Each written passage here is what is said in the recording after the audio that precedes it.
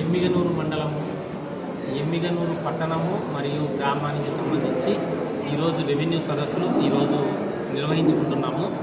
రాష్ట్ర ప్రభుత్వం ప్రతిష్టాత్మకంగా చేపట్టినటువంటి రెవెన్యూ సదస్సులను ఈ నెల 6వ తేదీ నుంచి వచ్చే నెల అంటే జనవరి 2025 8వ తేదీ వరకు 33 రోజులు మనం రెవెన్యూ సదస్సులు నిర్వహించుకుంటున్నాము. భూ సమస్యలు మనకు పూర్తి స్థాయిలో సమస్యలు పరిష్కరించే విధంగా రాష్ట్ర ప్రభుత్వం ఇచ్చినటువంటి ఆదేశాల మేరకు మనం రెవెన్యూ సదస్సులు అనేది నిర్వహించుకోవడం జరుగుతూ ఉంది.